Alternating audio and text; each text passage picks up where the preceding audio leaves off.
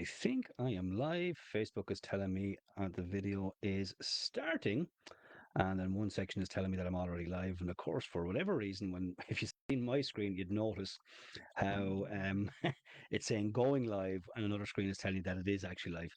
Anywho, you are all very welcome to Wednesday's live call inside the Facebook group Map Your Future ABA, the place where we decide we're going to go for a bigger and brighter A. So you go from A to B and then you go for a bigger one because life is always about growth. This call will also be available on my YouTube channel, which is relatively new. And the YouTube channel is go to YouTube and it's at Anthony Beale 2024.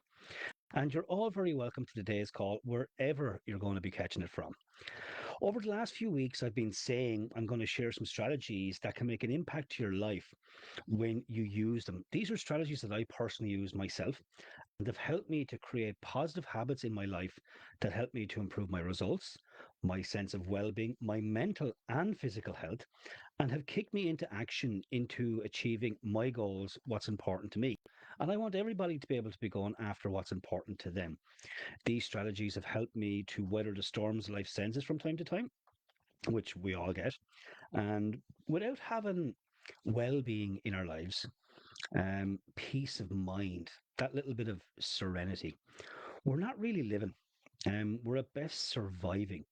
So, how do we create well being in our lives? How do we actually do that?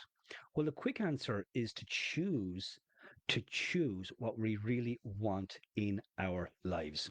What do you really want in your life? Choose how you want to be, what do you want to do, and what do you want to have in your life? And then you think more and more about what you want. Dwell on what you want, get emotionally involved in what you want, and step out and take action towards what you want and stop dwelling or thinking about things that you don't want to happen. I must apologize, guys. For some reason, my screen is flashing and I've no idea why. So it's not something I'm doing on purpose, but I will continue on anyway. The light is coming and going. So let me just maybe. Oh, that's quite dark now, isn't it? Oh, sure. Listen, I'm going to plow on regardless. So you'll know this is bloody live because you know it's live because things go wrong live. Anyway, when you dwell on what you want over and over again, and you get emotionally involved in it, as in you feel what it would be like to be, to do, and to have what you want, when you use the power of repetition, as in you think about what you want and you get emotionally involved in what you want, and you do that over and over and over again, you start taking action towards what you want. And this starts a chain reaction where you create the life you want to live. Here's the thing, and I've said this countless numbers of times over the months and years within the group here. Your thoughts create your feelings. Your feelings create your actions. Those actions create the reactions, and the reactions create the circumstances, the conditions, the environment, also known as your results. It all starts with the thoughts you are thinking. And I'm going to turn on the light now because I'm noticing my glasses are shining. I'm trying my best not to put anybody off, but I'm putting myself off. But it all starts with the thoughts that you're thinking, the dominating thoughts that you choose to think. You can choose your thoughts. And this is cause and effect. When you look after the causes, which are the thoughts, the feelings, and the actions, the effects take care of themselves, which are the reactions, the circumstances, the conditions, the environments, the results. Now, there's no shortage of ways to think better. Thinking better is always the first step to kickstart the process of creating a better life. Now, I've shared some ways over the last number of weeks, ways to develop more positive thinking. One way is to develop the habit of daily gratitude. This starts off every single day on a positive note. Another is to think on paper, to journal your thoughts, which help you to process your thoughts and your emotions and to uncover triggers which will help you to uncover your beliefs if you're using it. Another is learning how to let things go. We can carry things for years and we don't need to. Learning how to forgive others and ourselves. It's so important. And I've spoken about those topics in depth in the previous calls, and they're all in the feature section inside the Facebook group Map Your Future ABA, and they're also in my new YouTube channel as well if this is your first time joining us. Another way to dramatically improve our lives is to learn how to re-evaluate our beliefs. If you've adopted the habit of daily gratitude, journaling, and letting things go, forgiveness, chances are some triggers have already been revealed to you. My hope for today is to show you how to reevaluate them and the underlying beliefs that they stem from. When you look in the dictionary, you will get a number of different explanations of what triggers and beliefs are. A trigger is a part of a weapon that actuates the mechanism that discharges the weapon. Isn't that interesting? A trigger discharges a weapon. And there's a metaphor in there if you're willing to look for it. It's a device as a lever, the pulling or pressing, which releases a catch or a spring. More relevant for us right now, a trigger can be anything as an act or event which serves as a stimulus and initiates or precipitates a reaction or a series of reactions.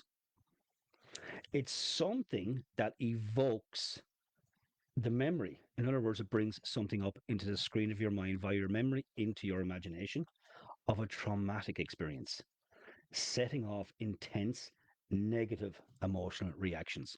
Now, of course, there's always an opposite to this. We can have positive triggers as well as negative ones. Belief then is something believed. It's an opinion or conviction, confidence in the truth, or existence of something not immediately susceptible to the rigors of proof. It is a confidence, faith, like a child's belief in his or her parents. It can be a religious tenet or tenets, religious creed or faith. To me, belief is a major part of our conditioning, which was passed on to us through DNA at the point of conception. A little bit of man came together, a little bit of dad came together, and that created us. So it's pointed through DNA at the point of conception, and then much of it was created in our little lives. The conditioning or programming we all have, I call this a paradigm, and my mentor called it a paradigm.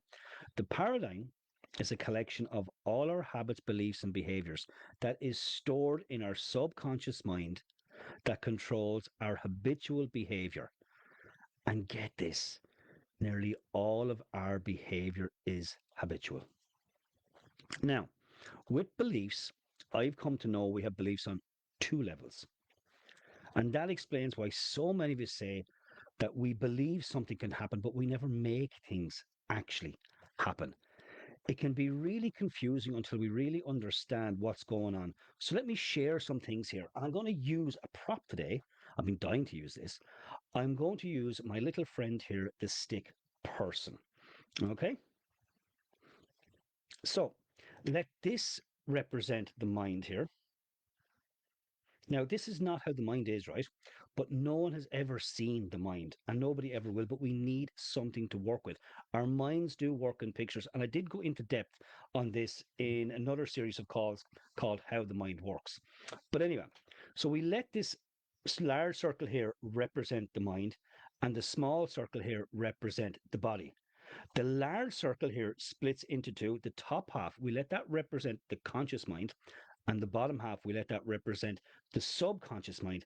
And these little antennae here, these represent the senses we can see, hear, smell, taste, and touch. Now, the conscious mind is the thinking mind, okay? And the subconscious mind is the feeling, the emotional mind. And then, of course, we have the body. Now, the body is compelled to act. Whatever goes on in the subconscious mind and the conscious mind controls what the body does.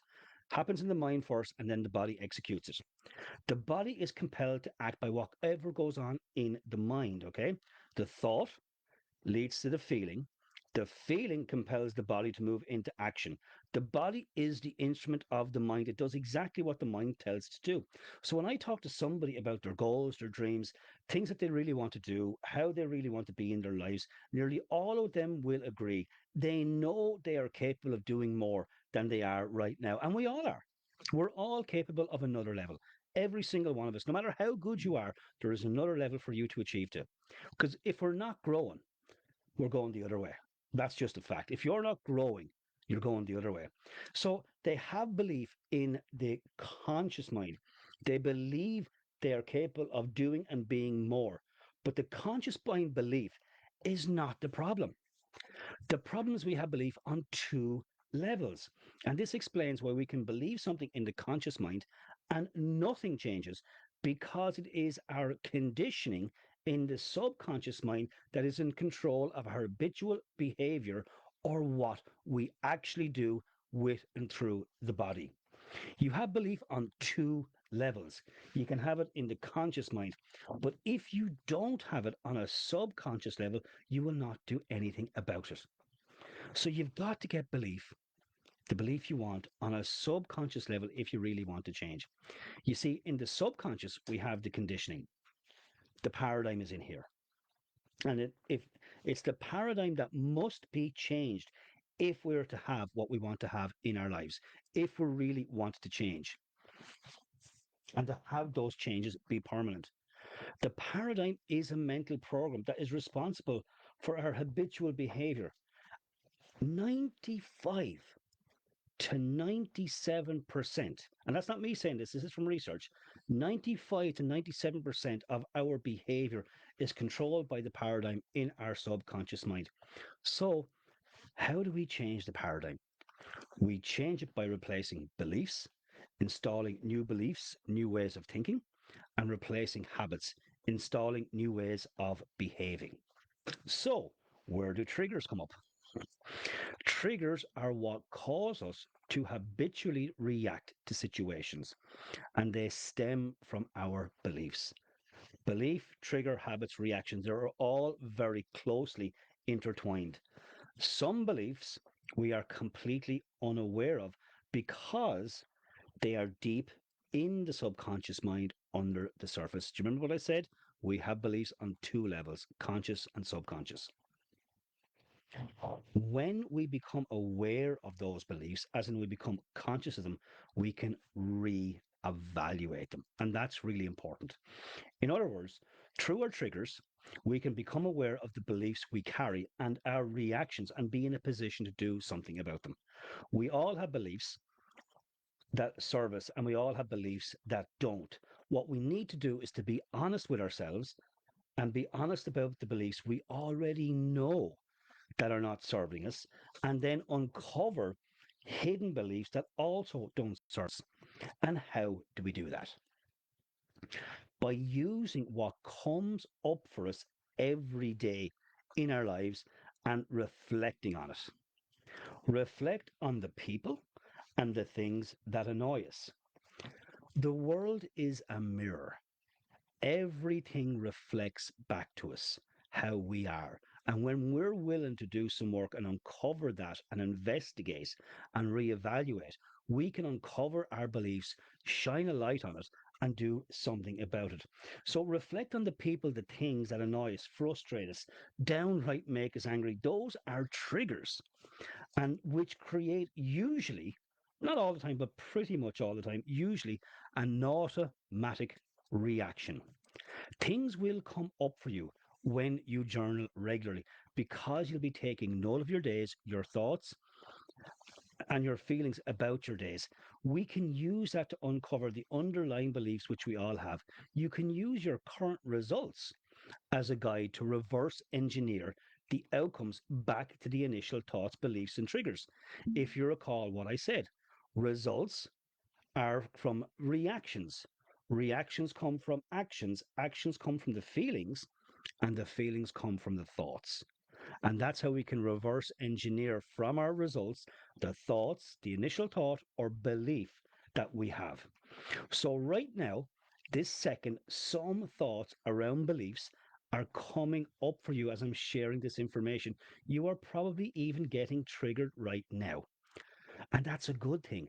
Now, I didn't always look at it as a good thing, but it is a good thing to become aware of your triggers because you can do something about it. When you're unaware, you're just going to keep reacting, reacting, and reacting. Okay? So I would encourage you to take notes. Perhaps you need to watch this call a few times. So, what are some of your known negative triggers and beliefs? Things that you know set you off and are not serving you. Note them. Take note of them. What is the opposite of that? What are some of your known positive triggers and beliefs? Things that you know serve you, uplift you, and help you feel better. Note them too. What are some triggers and beliefs that you uncover through your day to day experience? Things will always come up for you. And when you're willing to reflect, you will become so aware of this stuff. These are the things you can re-evaluate. And it's important that we re-evaluate things from time to time, our opinions, our beliefs, because that's how we can become aware. And from awareness, we can actually change. So, some ways to help you reevaluate triggers and beliefs if you want to change and make those changes permanent. Here's an example. You, let's say, have become aware that you overreact in certain situations. Maybe you've got kids and you've found that you've blown something out of all proportion for the so called misdemeanor that they made. That can be analyzed and you may feel guilty about it. This is a way for you to become aware of negative triggers.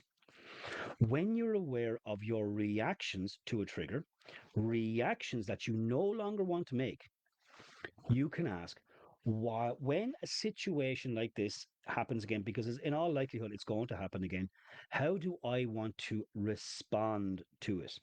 And you put some thought into that and you see yourself acting in the situation, in your imagination, exactly as you would like to act and behave. Now, let me be really clear here. It's very likely when a similar occasion occurs or a situation occurs, you still react. Okay. And you react as you have always done because you're in the habit of reacting. But you will become aware of it sooner. Don't beat yourself up during this transition period. Again, you ask how you want to respond the next time this situation is likely to occur. And you imagine yourself again exactly as you want to be.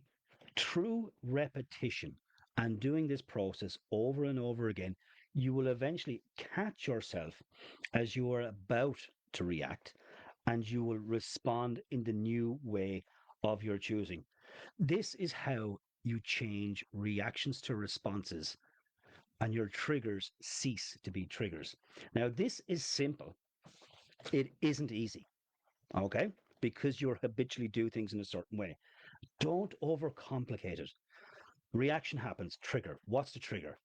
How do I want to react, respond in future? Imagine yourself doing it. Imagine it again and again and again. If the situation happens, when it happens, and you make a mistake, that's okay. Acknowledge it and then imagine how you want to do it again in the future.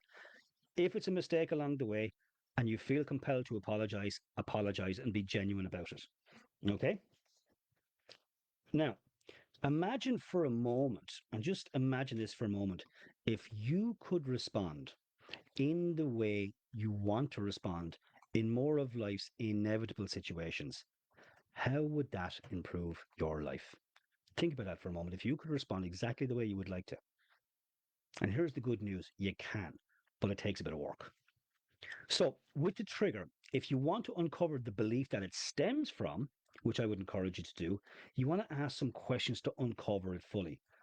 What is the belief I have that caused me to react to this situation? You recall the trigger and reaction, that's the action. So, what's the feeling and the thought behind that process? You will uncover it. Takes a bit of time, takes a bit of patience. So, what is the belief that I have that has caused me to react to this situation? Is this belief true? How can I 100% for sure know it's true? Because when you ask if a belief is true, chances are you're going to say yes straight away. And you want to create some doubt because if the trigger is the reaction is not giving you the results you want, you do know that the belief isn't giving you the results you want, and you will want to challenge and reevaluate that belief. And what we're trying to do here is to challenge the beliefs. When you challenge the beliefs, a lot of them will just fall away because they won't have any ground to stand on anymore. How would a stranger with no emotional attachment perceive this? What you're trying to do here is you're trying to look at it from a different point of view. We have a higher power. One of our intellectual factors called perception. When you choose to look at something from a different point of view, you're going to see it in a different light.